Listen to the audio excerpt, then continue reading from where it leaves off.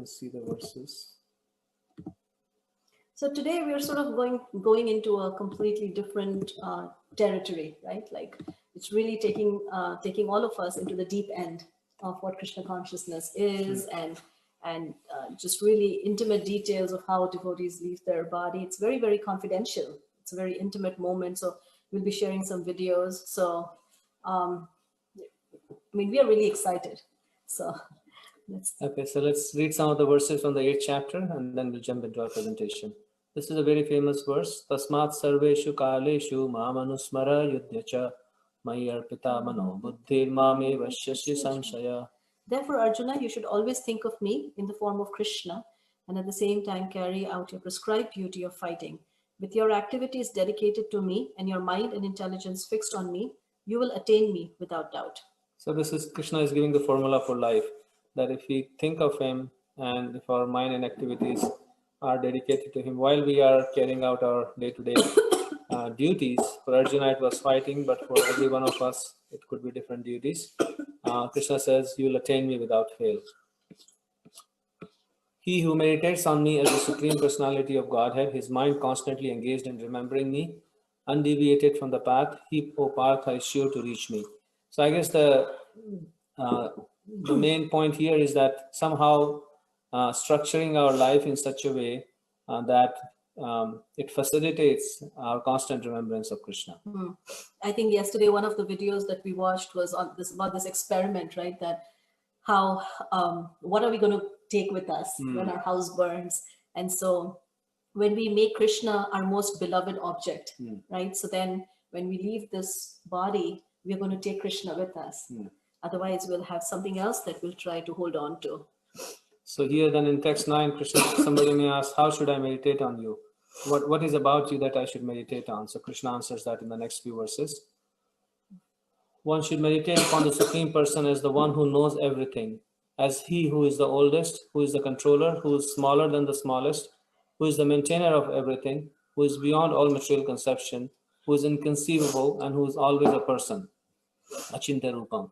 He is luminous like the sun, and he is transcendental beyond this material nature.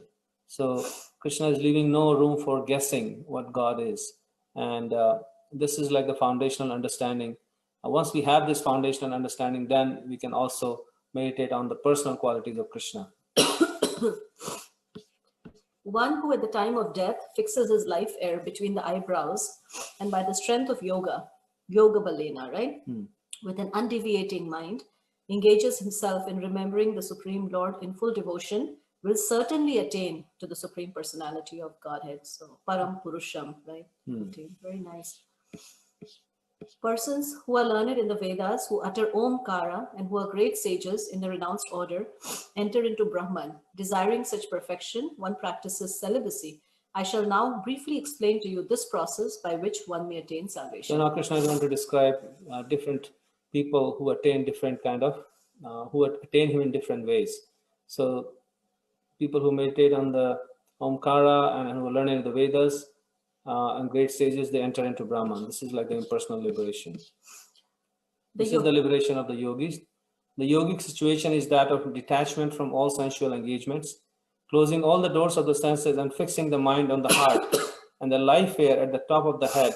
One establishes himself in yoga. We talked about this yesterday, right? How the yogi leaves by bringing the life airs, right? Raising it through all the different chakras.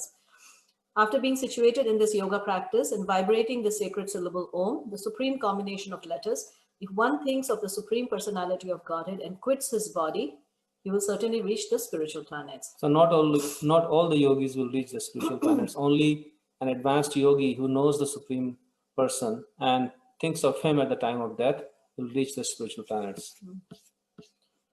For one who always remembers me without deviation, I am easy to obtain. O son of Pritha, because of his constant engagement in devotional service. Nitya Yuktasya Yogina. So remembrance and being engaged in service. Again, those are the two key elements Krishna is saying. After attaining me, the great souls who are yogis in devotion never return to this temporary world, which is full of miseries, because they have attained the highest perfection. So this is an interesting verse. There's so many assurances Krishna is giving, and here he's giving another assurance that sometimes people ask that what if we go to the spiritual world and will we come back again? So Krishna is saying that once you go back, then you're not going to come back again. Never return to this material world. So quite a reassuring verse.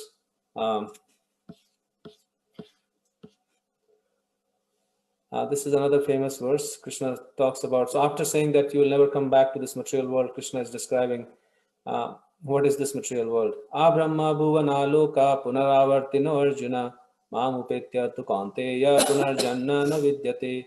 From the highest planet in the material world down to the lowest, all are places of misery where repeated birth and death takes place. But one who attains to my abode, O son of Kunti, never takes birth again. So this is an interesting thing for us to think about, that sometimes we think, oh yeah, wouldn't it be nice to go visit, the higher planets and travel through the universe, and maybe life is going to be better, right? So let's try and go to Mars or the moon planet or whatever.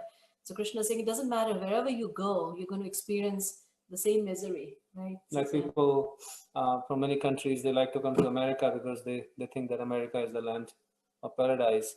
But you can see how, especially now during the pandemic, we can see that there's the same kind of misery present here as well. So no place is bereft of this misery, and same applies to the higher planets. By human calculation, 1,000 ages taken together form the duration of Brahma's one day, and such also is the duration of his night. So now he's describing how this material world actually works. And Brahma's one day is 4.3 billion years, and his night is also 4.3 billion. So 24 hours of Brahma is 8.4 billion years, 8.6 billion years according to our solar calculation. At the beginning of Brahma's day, all living entities become manifest from the unmanifest state. And thereafter, when the night falls, they are merged into the unmanifest again. So Krishna is kind of trying to tell us that my spiritual world, none of this happens. And you want to stay in this material world, this is what you have to endure.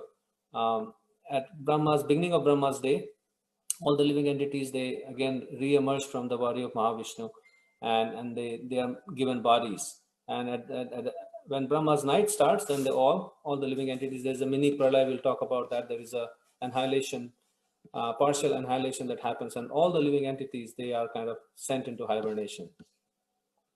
Again and again, when Brahma's day arrives, all living entities come into being, and with the arrival of Brahma's night, they are helplessly annihilated. So it's like just imagine in the morning, say if you have to, you're moved into an apartment, and the end of the day, again you have to vacate it and then just go back. You don't really know where you're going. And the next day you'll wake up in some other apartment. Again, actually, that happened to us, when we were traveling through Europe. We had gone through like a crazy schedule where we stayed in each city. Almost we were traveling through so many countries, right? We were driving through. And so we would, we would just rent out these Airbnbs and vacation rentals, and there was a kitchen there.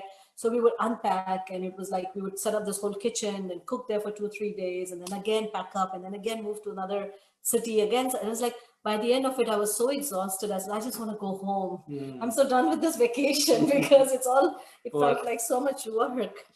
So this is another famous verse. Parastasmat bhavanyo avakto avaktat sanatanaha yasa sarveshu bhuteshu nashyatsu na vinashyati. Yet there is another unmanifest nature which is eternal and is transcendental to this manifested and unmanifested matter. It is supreme and is never annihilated. When all in this world is annihilated, that part remains as it is. So Krishna is kind of sandwiching the description of the material world between the description of the spiritual world. So again, he's saying you don't have to stay there. There is another option for you, which is never annihilated.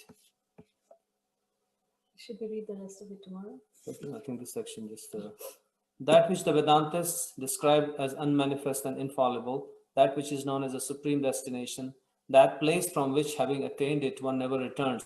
That is my supreme abode. So kind of giving a glimpse into the spiritual realm. It's like Krishna just, sort of giving us an invitation, right? Reaching his hand out and saying, hey, why are you suffering there? Come back, This is the last one we'll read. Okay. The Supreme Personality of Godhead, who is greater than all, is attainable by unalloyed devotion. Although he is present in his abode, he is all-pervading and everything is situated within him. So then we'll come back. Can I just see, is there sometimes I just want to know. Okay, Hare Krishna. Okay. All right, so let's get going with our presentation now. Okay, so let's start with it.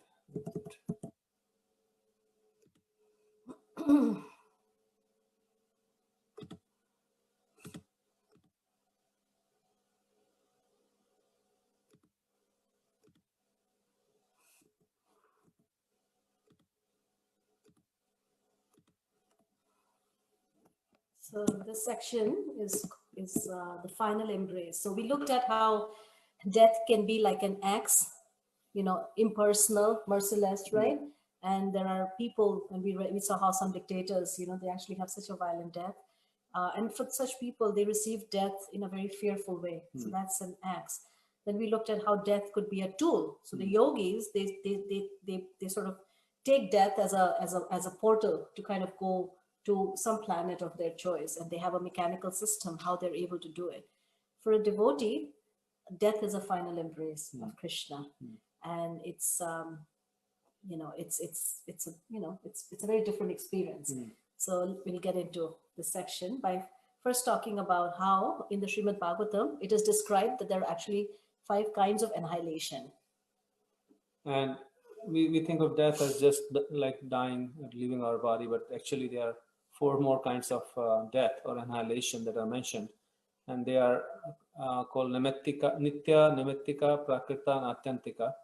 And final. And final. So basically it means like sleep is also described as a death or kind of annihilation, because the time of sleep we completely forget who we are, where we are, and our mind goes to a completely different reality. Actually, Prabhupada describes it so nicely. He says that sleep is going to, it's like a kind of death. You go to sleep and you wake up in the same body.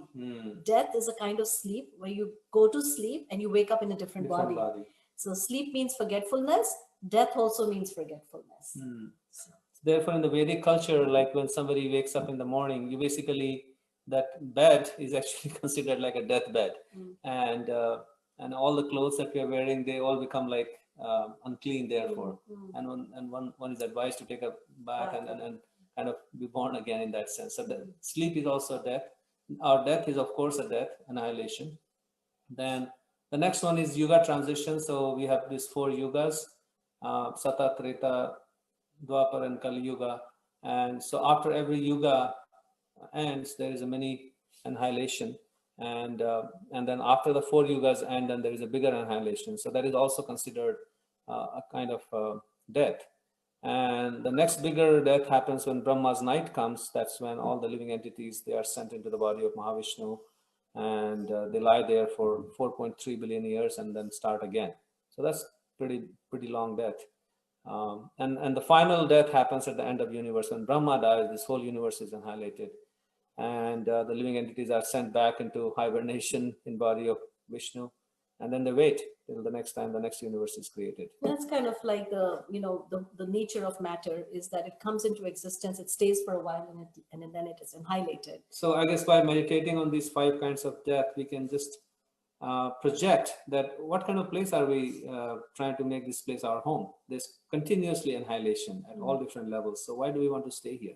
Actually, this world is also like a bridge, right? So it's like you don't build a house on a bridge, right? So it's it's a temporary place, just like we heard about Lomash Rishi. So the Bhagavad-Gita actually describes all these really amazing verses that we've already discussed, but we just thought we'd just bring it back and share it with you. So this is a famous verse where Krishna describes that as the embodied soul continuously passes in this body from boyhood to youth to old age, the soul similarly passes into another body at death. A sober person is not bewildered by such a change. So we are very afraid of dying, but actually Prabhupada describes that even within this body, we are always changing our bodies. So we don't have the same body that we had, even I would say even 10 years ago, right? Our bodies are continuously changing.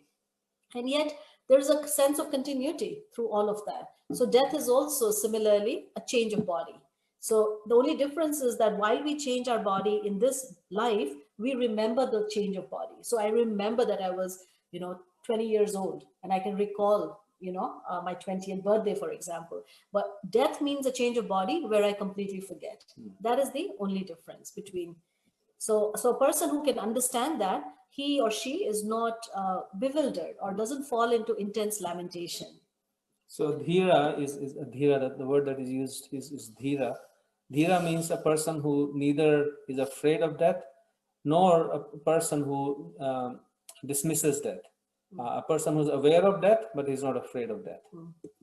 So then somebody might say, and this is actually, I've always found this to be one of the most amazing things, that right after this verse, somebody might say that, oh yeah, this is all very good, I understand, but I miss the old body. It happens to us, right? Sometimes when we see the picture of our son, for example, who's now going to be 22 this year, and we see his picture of 5-year-old, and we say, oh my God, he's such a cute baby. Where is that body now? And we miss that body, and we say, oh, but I miss that body, right? So then Krishna is saying, well, that's why one has to learn to tolerate. So he says, O son of Kunti, the non-permanent appearance of happiness and distress and their disappearance in due course are like the appearance and disappearance of winter and summer season. They arise from sense perception, O sky of Bharata, and one must learn to tolerate them without being disturbed. So yeah, this change, the nature of this material world is change, and that is a form of death actually, and then one should be, the only way we can deal with that is tolerate. Actually, every change in our life is like a mini death. Just like we change, we move from one phase of life to the next phase, or one identity it goes away. Then every conception or every identity that changes or undergoes a transformation is like a mini death for us, right? So what can one do? So it is described that one has to simply learn how to tolerate, understanding that it's temporary. And that is the actually way of overcoming and become victorious over death or any kind of change, is tolerate.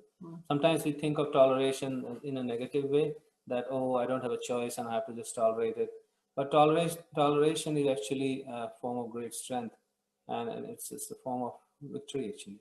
It's actually, when we tolerate, we can actually give up our attachment for this body. Because it's interesting, he's talking about being detached from this body, and then he's talking about tolerance. So when we tolerate all these unpleasant, uncomfortable situations, then it allows us to actually detach ourselves from the body. This is the example being said by Arjuna, that he had to tolerate his attachment for his family members. He had to tolerate so many inconveniences while fighting.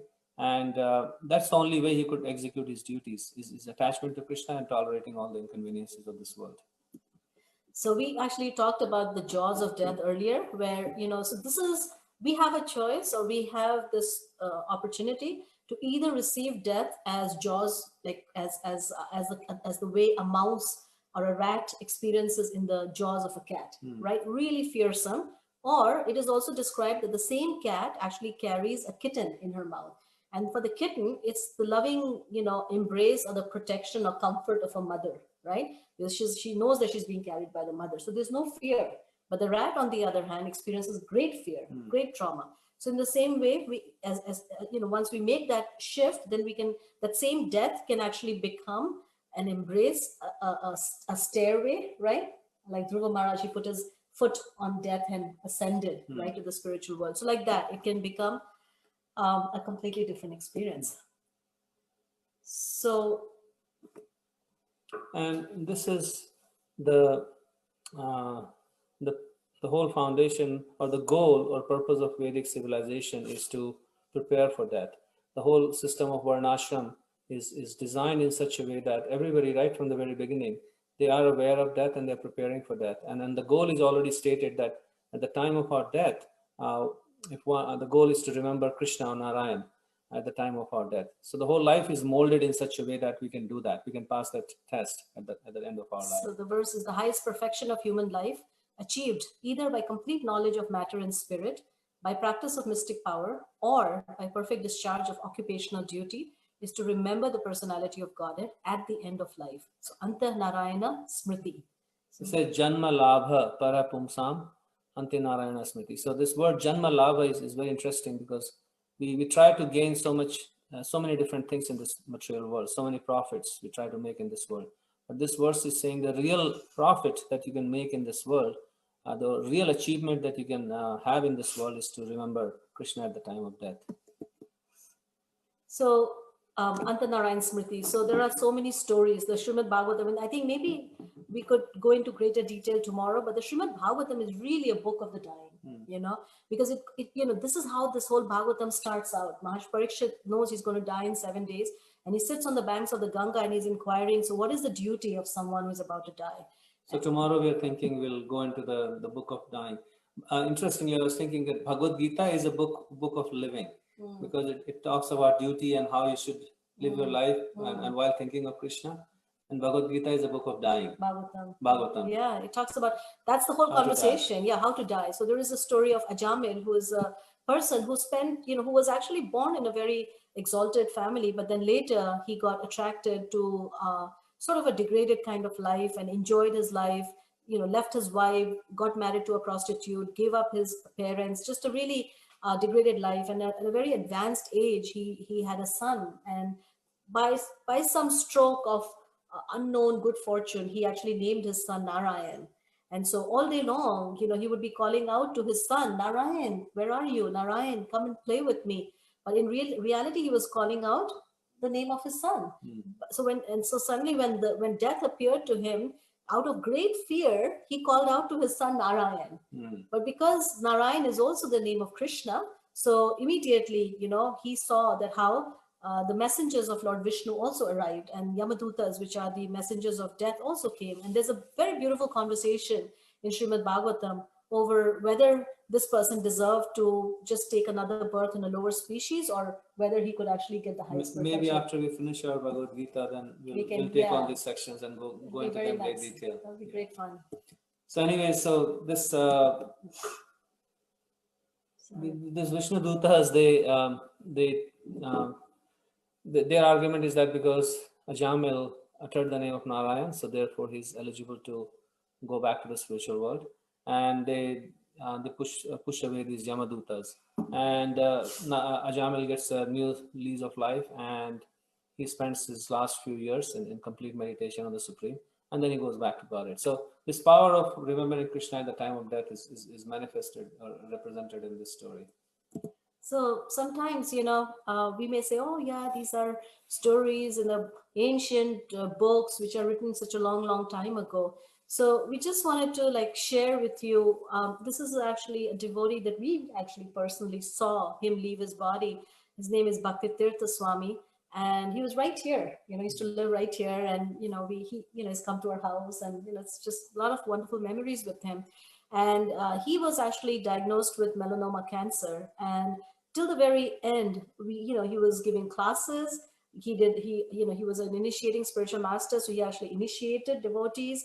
And we just wanted to share this little excerpt where Radhanath Swami actually took care of him, and just to show that how it is possible, even in modern times, living in this modern world, to develop this level of consciousness.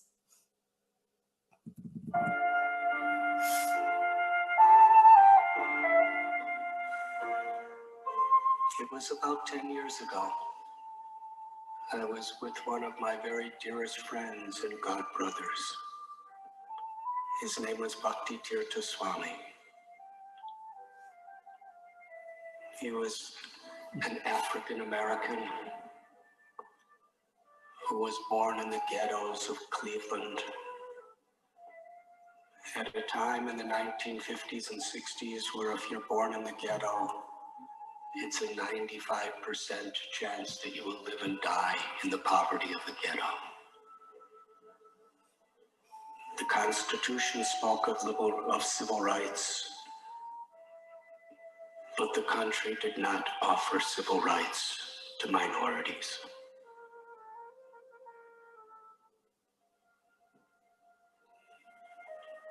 But he was incredible, so positive. He never lost hope.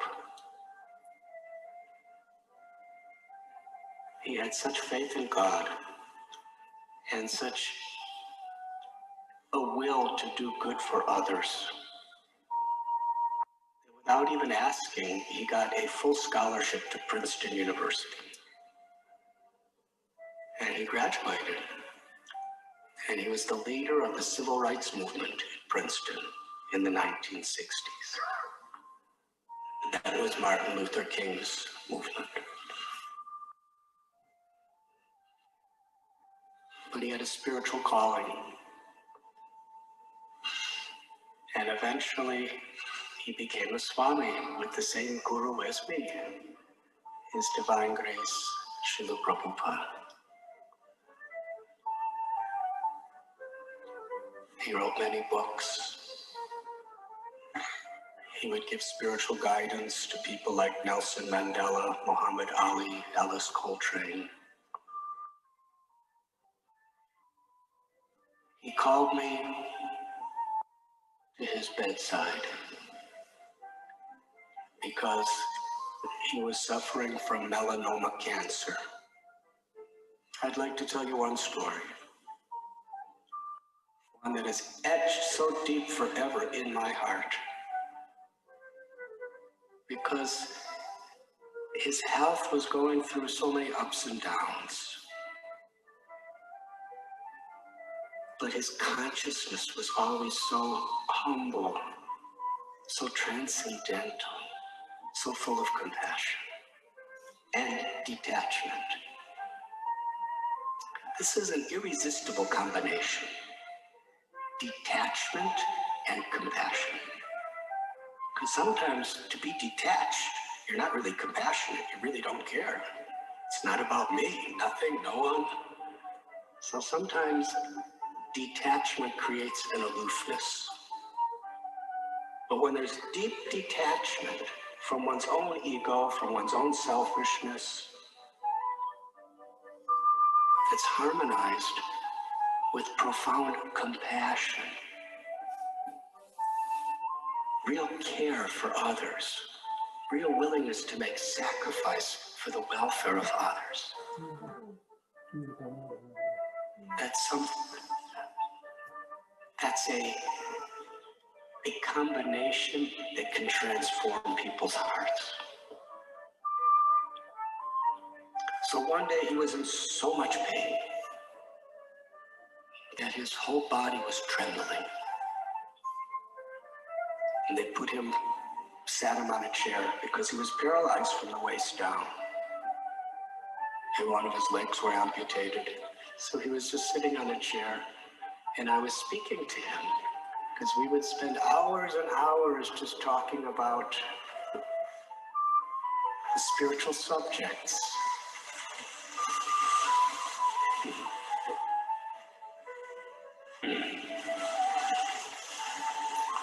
But as I was speaking, I could see he couldn't focus on what I was saying.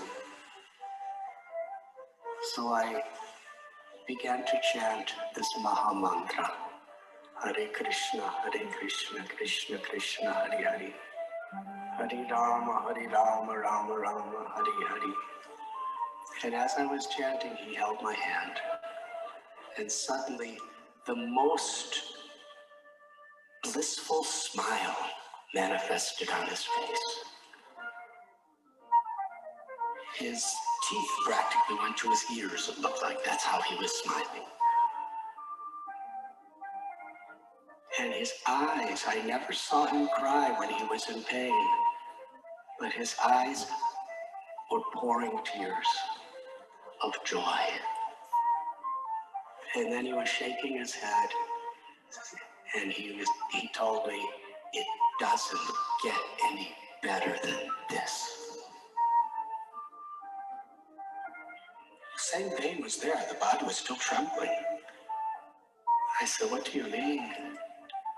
He said, it doesn't get any better than this. I would not trade my position for anything or anyone else in the world, because I'm tasting the sweetness of Krishna's names.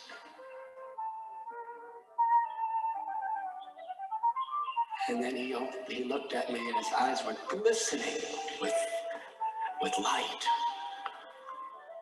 And he said, I'm feeling Krishna's love, and I know where I'm going, and I'm ready to go. So now we can watch Bhakti Tirtha Maharaj, his last Kirtan. It doesn't. And he used to do these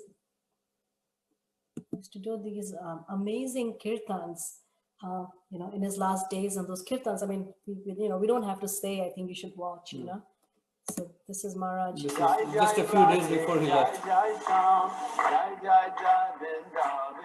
Everybody clap, clap, clap. And when he used to dance, like when he was healthy,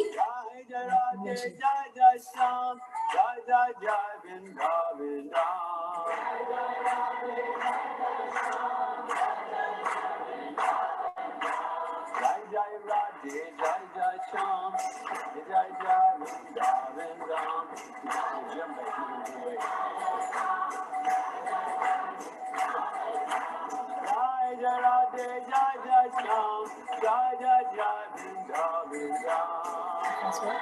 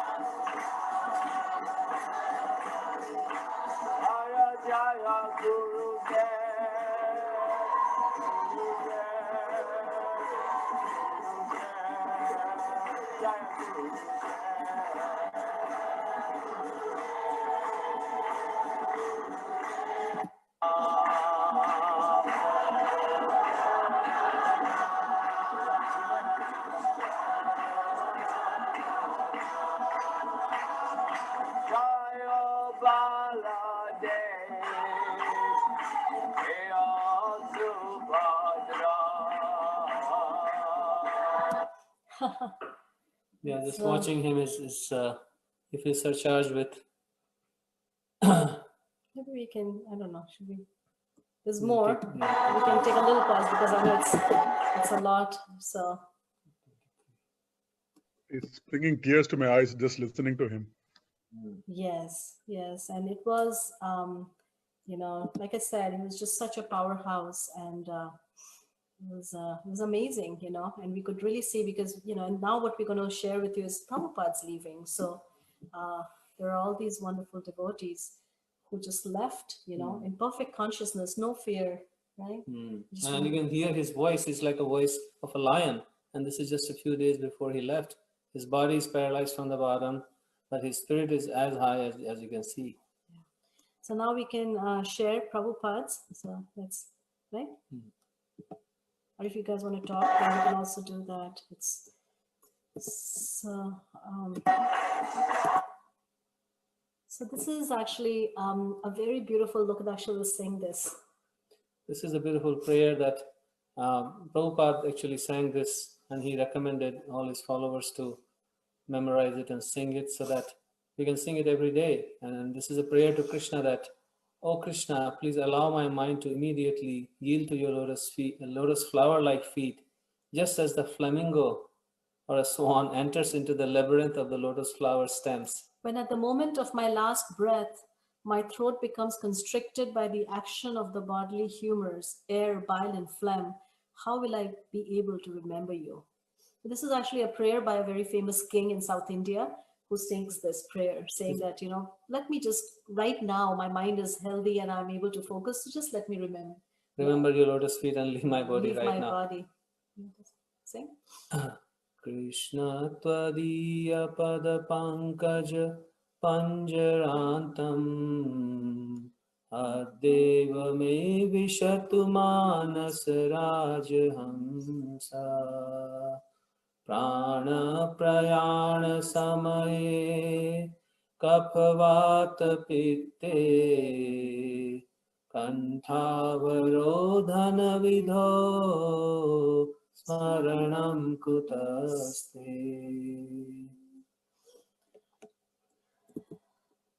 And so somebody then may say, oh, all these devotees are able to remember Krishna and leave their body with such complete absorption. But what if, I'm not able to remember, right? So there is actually a story where Ramanujacharya, who's a great teacher of bhakti from South India, he actually goes to the deity and he Ranganath, and he says that, my dear Lord, I have a doubt, I have a question, that what if I'm not able to remember you at the time of dying, because my mind is bewildered, maybe I am unconscious, or so many reasons, I'm not able to remember you. So then the deity Krishna actually replies to this great teacher, great acharya, that even if my devotee cannot remember me, then I will remember my devotee. So this is the same, this beautiful verse is said by Bhishma, who was the grandfather of Arjuna at the time of his death. And he's looking at Krishna and he's saying this beautiful verse, which says, the personality of Godhead, who appears in the mind of the devotees by attentive devotion and meditation, and by chanting of the holy name, releases the devotee from the bondage of fruitive activities at the time of his quitting the material body. So it says, so even if we if we simply practice, even if we simply try, and we haven't, at the time of death, for whatever reason, we are not able to really, remember, then Krishna will come and he will remember, he will remember us, because sometimes devotees may die in an accident or in an unfortunate situation where they may not remember him. But if they have spent their life, this is what he's saying in that verse, that if you have spent his life, then Krishna will remember and take care of the rest. So this is another famous verse from Varaha Puran, which is saying that if my devotee is unable to remember me at the time of death because of disturbances felt within the body at that time, then I shall remember my devotee and take him back to my supreme abode. So this is, because sometimes we think, oh, the end of life is like a test, and what if I fail the test? So it's not like that.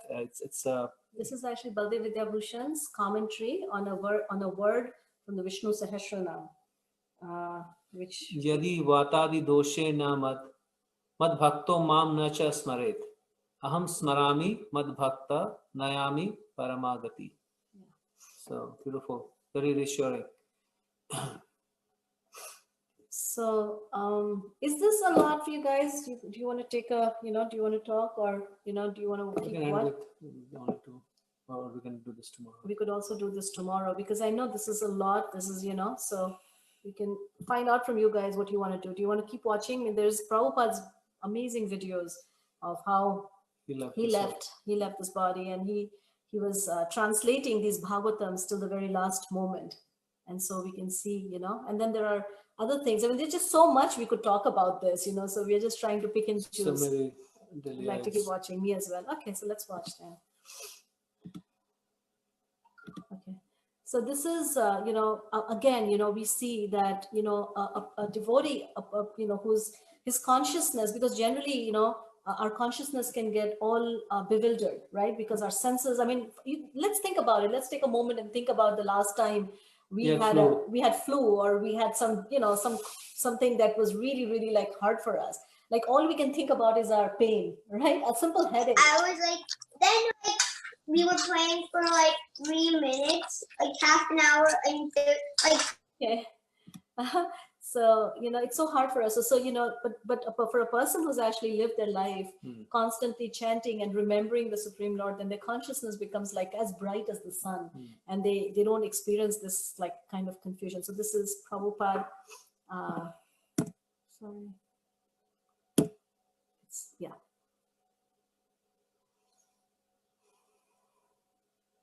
This is Prabhupada last minute. So this is he dictates the purport. This is the last purport. 10:15:53. 10:13.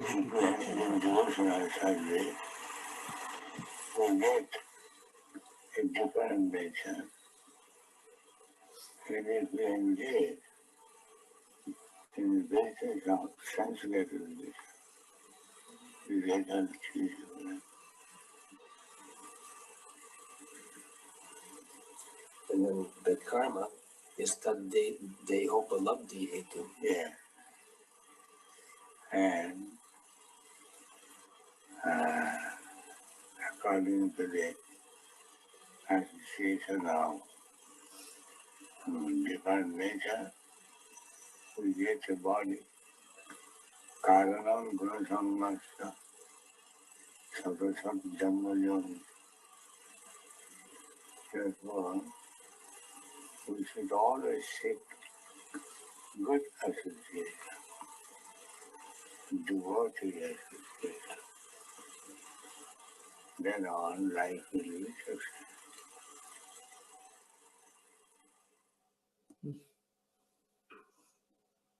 So between 1968 and 1977, Srila Prabhupada dictated a total of 22,000 pages of text. Wow.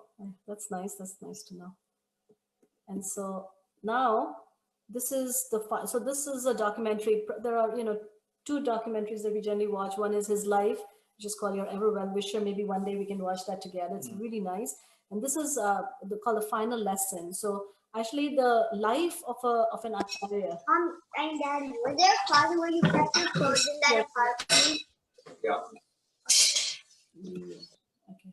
So, but also the departure of a great acharya is actually very transformative, because you actually can see, how they're leaving. So we'll just watch parts of it. But this is Prabhupada's final moments.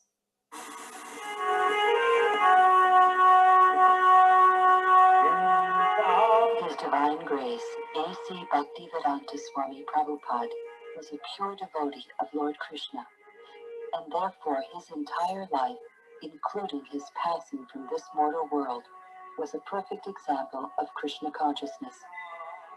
This video depicts his final pastimes. The last chapter in Srila Prabhupada's glorious life.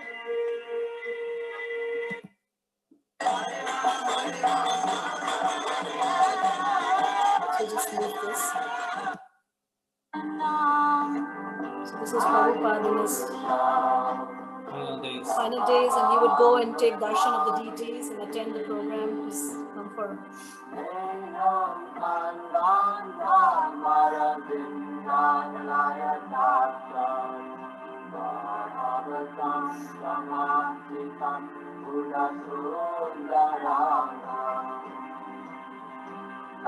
The verdict of all revealed scriptures is that by even a moment's association with a pure devotee,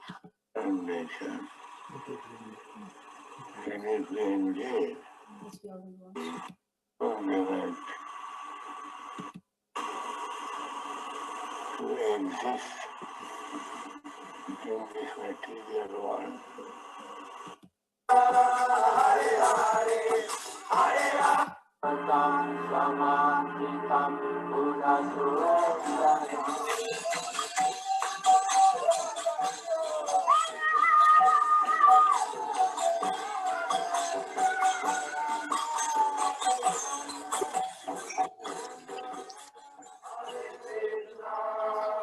This is the day that Prabhupada left.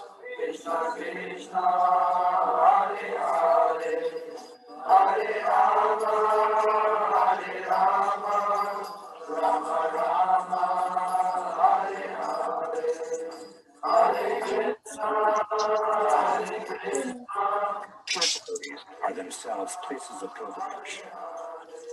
Because they are constant companions purified pilgrimage. For such a pure devotee, there is no difference between living and dying, because in this life he engages in pure devotional service, and after giving up his body, he engages in the same service in the spiritual world. Thus, his devotional service is never hindered, nor does he perceive the pangs of death. The pure devotee does not forget Lord Krishna, even for a moment, and Lord Krishna never forgets his devotee. Hare Krishna, Hare Krishna, Krishna Krishna, Hare Hare, Hare Rama, Hare Rama, Rama Rama, Hare Hare, Hare Krishna, Hare Krishna, Krishna Krishna. every learned man knows knows very well that attachment for the material world is the greatest entanglement of the spirit soul. But that same attachment, when applied to the spiritual master, opens the door of liberation. So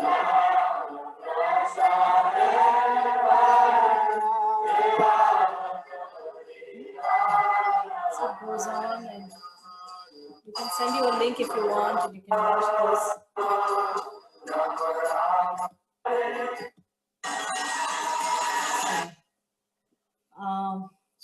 Start here. Okay. She'll do that next time. We'll do this tomorrow? Yeah. We'll start with this. Okay. So, any comments or reflections? Or... Yeah, it is. This actually, this is one of the things that we find most amazing. Like, sometimes when we think about all these acharyas or these great teachers who have come into this world, we don't have a recording, like say of Jesus, right? And his life and his daily activities, or even like the acharyas from India, right? All these great teachers. You don't really have any like recorded footage, but thanks to technology, like Prabhupada's, like practically like it's like hours and hours and hours and hours of video and audio footage. Even like him chanting, taking prasadam, talking to people. There's just so much footage, and so you really get a very intimate glimpse into how a pure devotee, right, lives their life and what they experience and how they interact. So it's really, I think that's one of our I've typed both the links in the chat, so you can grab it from there and watch it at your own. Yeah, because we're not able to share the whole thing. It's time taking, but so the point is that really, what we are practicing, our future is very bright. This process of Krishna consciousness, one sees the full culmination of these practices at the time of leaving this body. That's when you will see, like, oh, this is what I did, and this is what what has been the result. And even if done imperfectly, it will bear fruit. Yeah. That is something that is amazing about it. And we've seen it over and over again. And this is very faith building, because sometimes when we are in the midst of these practices, we think, yeah, but nothing's really happening, right? I feel like, okay, I'm still, of course I'm transforming, but still like, but then you see how during these final moments, and of course, today we talked about like two, really like very, very, exalted Vaishnavas. Tomorrow we'll also talk about like, devotees who are just, maybe not as, not a spiritual master, but just, yeah, that's Bhakti Tirtha Swami. Yeah.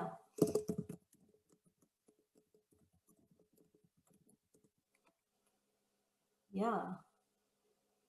Yeah, that link I already posted on the chat, both the links. And he's written a book, like right when he was going through his cancer, he actually wrote a book called Die Before Dying. And tomorrow, if you get a chance, maybe we'll read some excerpts from that book. It's really nice. I mean, he talks about, and that's actually one of the things that, we want to like, essentially, it means the death of our ego, right? And then, then when the physical death comes, then, we are already ready to make that transition.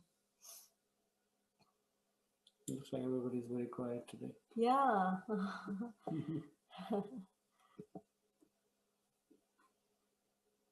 Maybe we can just do some reflections. Delia, and please speak. That's all right. It's okay. I think it will be nice to hear each other's voices. If you practice living with the idea that nothing is yours. Yes. There's actually a very nice example that just came to my mind, and we can share that tomorrow again. It's like the idea of a coconut. Right? So when you see a coconut, there is water inside. But if you leave it outside for a while, then it starts to form like a dry shell, right? And if you leave it for even longer, then the dry shell actually separates from the outer hard shell. And when you shake it, you can actually hear that, that there is like, the two are no longer like joined together. So in the same way, when you actually live your life in this consciousness of loving Krishna and loving God, then what happens is that the subtle body or the false ego dissolves. And now you're kind of separate from this whole body, even though you're living in this body. And so when it's time to leave, it's like, yeah, there's nothing really holding us down, holding us back. I was thinking about this anxiety of like, will I remember Krishna at the moment of death? It seems like a really important moment to be remembering Krishna. But I think that if we're able to cultivate the habit of always thinking of Krishna just in our daily lives, then there's no need for concern or worry, because it's just another day of thinking of Krishna. It's just business as usual. Nice. Yes, exactly. That's very beautiful. And also, like Krishna is saying, right, that he will make, and we have seen it, he makes the arrangement, you know, all of a sudden, you know, and what to speak of arrangement for us? Oh my God, it's amazing how, like, okay, this is another story. So just like we shared today about these two, you know, Bhakti Tirtha Swami, there's another one of Prabhupada's disciple called Jayananda Prabhu. And he was just this most incredible devotee who everybody loved. His name was Jim Kaur. And he was, and we can maybe talk about him at another point. And so he passed away, a very, very glorious departure. And then his mother, who, you know, she was just, you know, an elderly lady. And many, many, many years later, she was in some hospice care center. And it just so happened, obviously, it just doesn't always happen. It's not a coincidence, but to say that it just so happened that there was actually a devotee nurse in that hospice care center. And so the brother of Jayananda Prabhu actually saw this devotee had these neck beads. And so he asked him, he said, "Are you a devotee?" And he said, "Yes." So he said, "Oh, my, this is Jayananda's mother who's here." So this devotee couldn't make that connection. So he said, "Who Jayananda?" And he said, you know, like, you know, of course, everyone in our movement knows Jayananda. So he was like, "Oh, the Jayananda, you know, who left his body and all that." So then, of course, this nurse, you know, who's a devotee, she went through the whole process of making sure that the mother had the most auspicious departure. So Krishna makes all these like really amazing, you know, even though the mother was not necessarily. He especially makes even sometimes even more special arrangements for the family members, because he takes care of every single person connected to a devotee. So it's not just the devotee, but actually everyone connected. So thank you. Anybody else? Dominic? I like to make a small reflection. Yes. My grandma, like whenever we would say, like, can you cook for me this dish, she would always say, if Krishna keeps me alive, I'll surely do it. So like at that time, it didn't make sense. Like, why is she saying this? But now, you know, she wanted to give every moment of her breath to Krishna. Like, you know, if he lets me live the next day, I'll make that for you. So now it makes a lot more sense now that I've watched this. Like, thank you. Thank you. Thank you. Anshul, Anchita, go ahead. You're muted. Hare Krishna. Can you hear me? Yes. So 3-4 days ago, when we started this topic of death, I don't know, but on the same day, there was a, you know, on Facebook there are videos comes to your profile that you should watch or should view that video. So there was a video where they showed that, okay, all you can do any planning you want, but life will go as it needs to be. And then they start showing the videos and clips of people who actually died on stage in a press conference, having a mic. A woman was standing, like there was a protest, woman standing on a platform, and she just collapsed. A person who was giving a speech collapsed. A person who was working in a bank collapsed. And on the same evening, we started this conversation about death. And I was wondering, we keep on hearing and understanding that, okay, how important it is to, as Delia mentioned, how important it is to remember Krishna at your last time. But by watching that video, it's like you never know. It's like the fraction of a second. And there's a video on YouTube. Which, can you send that? Please share that Can with you us. please share that? Yeah, we've got to definitely. Yeah, I'll next do time that. we do that presentation, we can include it. So, Sure. And that showed, I mean, how within a second a person is dying, and while they're working, and then how can your conscience be so high that during those times you can be remembering Krishna or thinking about him, or I mean, so I could not connect that part. Maybe I don't. It's a question reflection, but I was confused that if this can happen. Do you still have that question? Yes, yes. I mean, Yeah. how can you be in conscious so high and so connected that regardless of that fraction of a second, you can still be connected to him? Because just like Delia pointed out, you know, it's the same day. It's every day we are trying to do that, right? Through our practices, through our chanting, and you know, death is just one day, right? So every day we wake up, we chant, and one of those days Krishna will come, right, in the form of the... It's not likely that we are disconnected from him till that final moment, right? As you will see in the lives of these great devotees, their meditation on Krishna becomes deeper and deeper as they approach the departure. So it's like, especially like, for example, when we are going home to India after say 2 years, right? So while we are here, we are not thinking so much about home, but like a month before we are about to go, our meditation on the home and the parents and whatever else we are going to, whoever else we are going, it starts becoming deeper and deeper. And we finally get on the flight, then it's like, wow, when is the flight going to end? So for these great devotees, it's like that. They are experiencing that bliss that very soon they are already united with Krishna, and very soon I'm going to meet him. So it's not like they have to work up to that. It's already building up. And also, you know, it is described that for most people, you know, the final moments, especially if we have lived our life in Krishna, you know, in some kind of Krishna consciousness, even though it's not complete, then the last months, last moments, they're sort of like the accelerator. You know, that's when you get on this accelerator, and your whole spiritual life just kind of goes on the fast lane.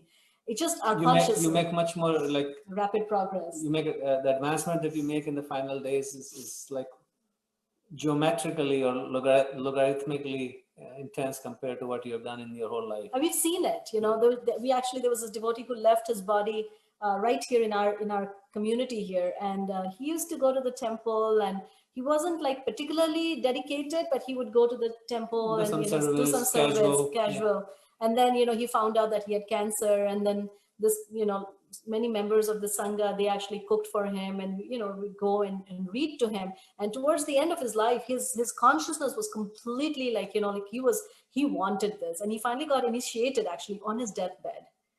You know, he accepted as a teacher. He you know, he was so happy, and he left his body in that consciousness, you know. So it's amazing. Like I said, you know, whatever little we do, we don't realize it, how it's going to bear fruit. But eventually he realized, like, I remember he wrote a check, and he said, all my life I have been collecting and I've been accumulating. And he said, you know, like, I'm trying to let go of this greed, you know. So there's so many realizations that you get, because you can actually see things with greater clarity. But a person, if they can actually take this practice, then you don't have to wait till the last minute. So much of that work can be done before, you know, so the transition will be that much easier. So thank you.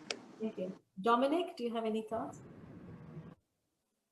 Well, I was just reflecting on like the videos and, you know, getting emotional and like crying, but trying to identify like which emotion that it's coming from, like maybe sadness or like compassion or happiness, just seeing another happy soul like in that position. So I guess I'm still like trying to figure it out in my head. My thoughts. Yeah. They're all valid emotions, actually. Everything. Yeah, they're all valid. And, you know, like I remember when we used to go see Bhakti Tirtha Swami, you know, like we, you know, for us, we were, you know, how many years back was that? It was like 2005, so 15 years ago. 15 years ago. And it was amazing. Like what, you know, how can a person in that situation be so happy and so surcharged with this energy? Yeah. He could make like 500 people dance in that state, and that's what he did. Yeah. So, thank you. I have an analogy for what Anshul was asking about, like what happens when there's a moment that comes that's so unexpected. And in a lot of martial arts traditions, you repeat a move just over and over again so many times until it becomes muscle memory, so that when you're actually in a moment where you have to use that move, you don't even think about it. Like it's not even in your rational mind. It's so ingrained in you that you just automatically do it. And I think that's also what Krishna consciousness is. But I also think the way that we get to that, same as with the martial arts, it's just, it's practice, practice, practice. Yes, exactly. Practice, practice, practice. Exactly. And that's what Krishna says in this chapter, Abhyasa Yoga Yuktena Chetasa Nanagamina. He says, Abhyasa means practice. If you spend your life practicing devotional service, then Krishna says at the end of it, you will come to me. So all we have to do is practice.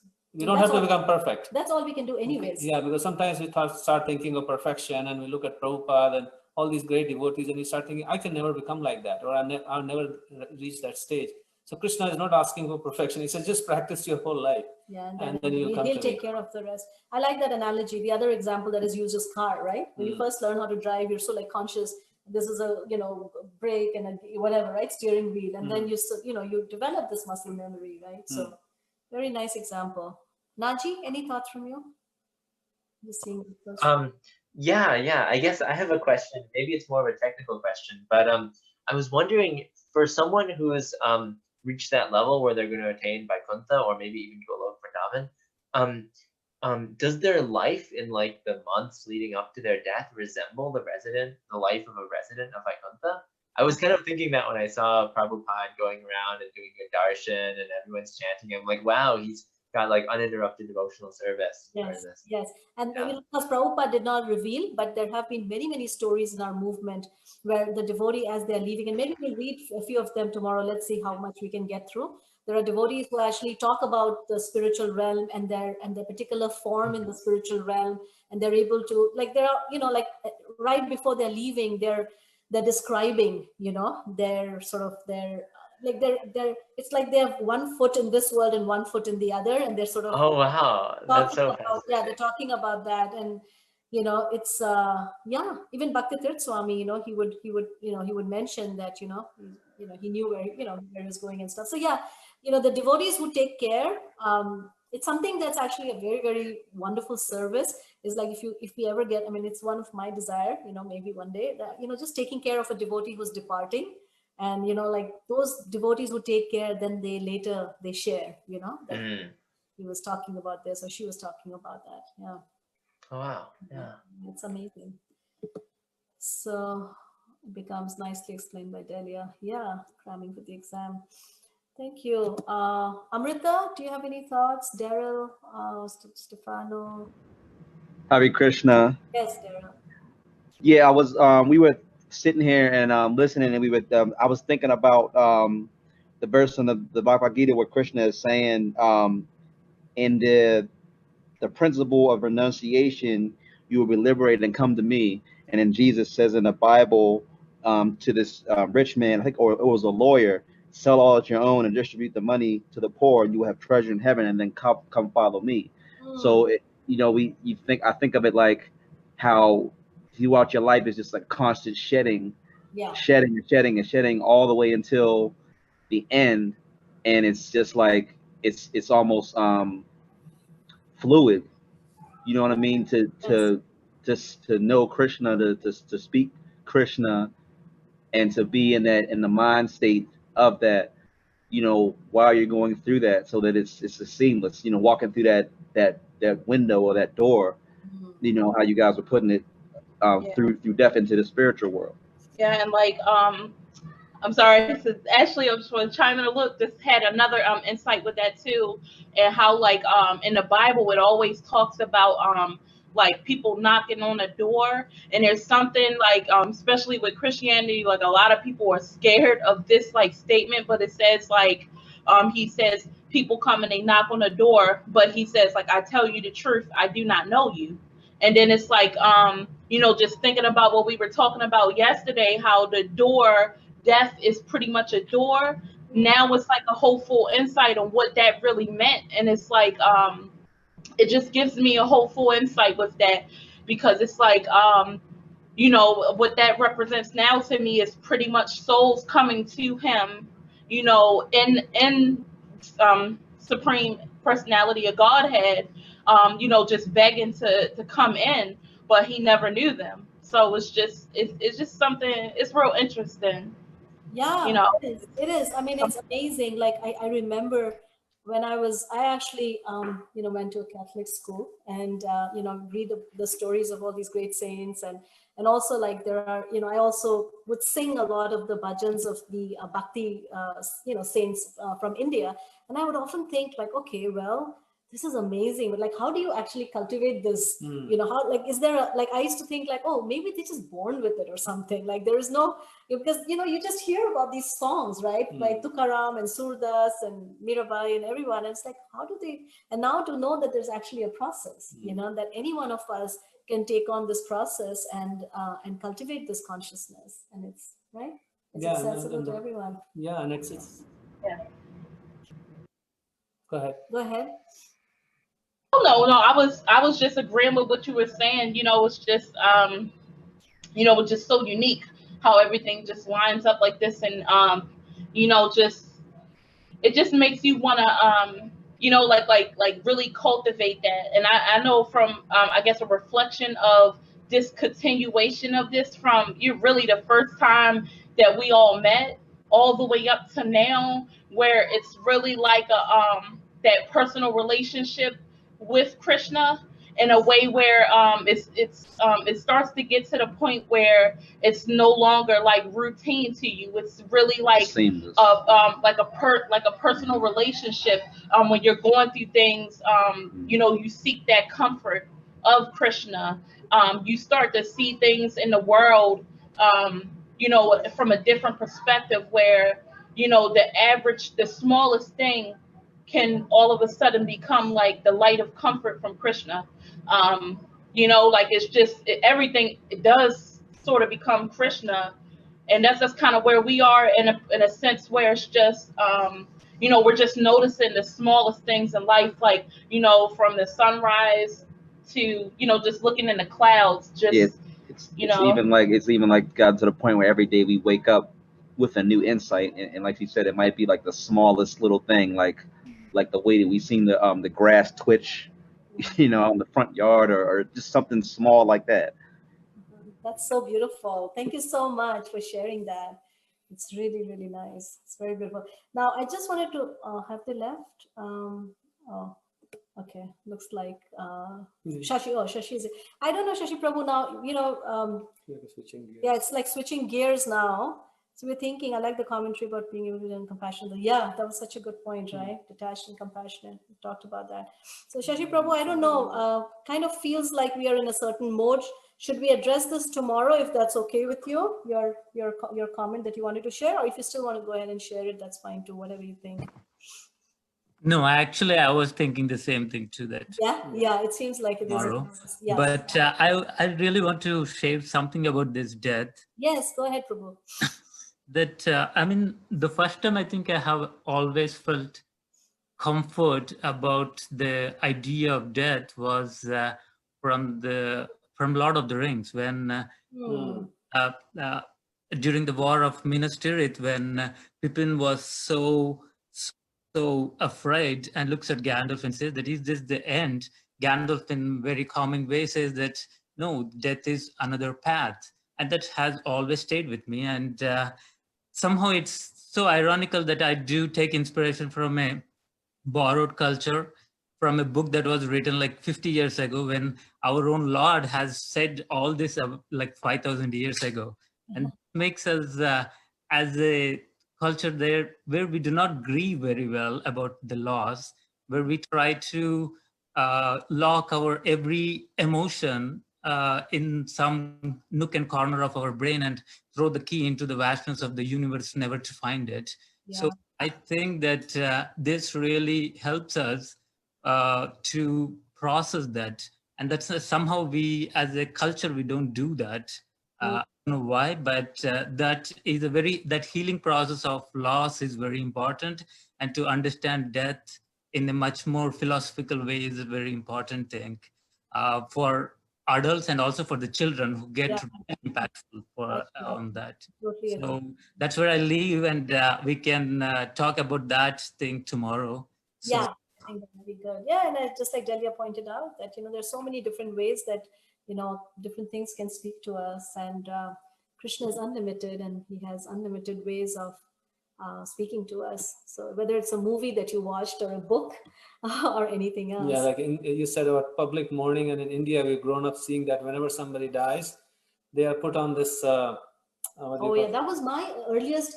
They put them on this not palanquin, no, but it's like a wooden stretcher kind of a thing. wooden stretcher, and through the town they walk through saying that only the name of the Lord is true, everything else is false. So they say Ramanam Satya hai, which means Krishna's name or Ram's name is the truth, and everything else is false. So everybody watches this person going to the cremation ground, and it leaves a really powerful impression. It does, because now that you're saying, I remember it so distinctly when I was a kid, and then I would run to the window to see that, because then suddenly something interesting is happening outside of the window that I would see, and they would be carrying that and going, and doing this, and it leaves a real deep impression within the heart. So yeah, I think it's so good for us that somehow we've been able to talk about it. It's something that we've wanted to do for the longest time, and tomorrow we'll continue. I think there's a little bit, and then we'll just keep it, a little Tomorrow bit we'll talk informal. about from Bhagavatam. Yeah. The stories of death from Bhagavatam. And, we just really want to thank you for being such an amazing, group of devotees with whom we've been able to share this. So thank you so much. Really grateful to you. And I hope that it has been enriching and nourishing for you guys as well. So let you guys go back to your families before Thank you, Dominic. Hare Krishna. Shut down your dinner. Oh, no. Hare Krishna. Hare Krishna.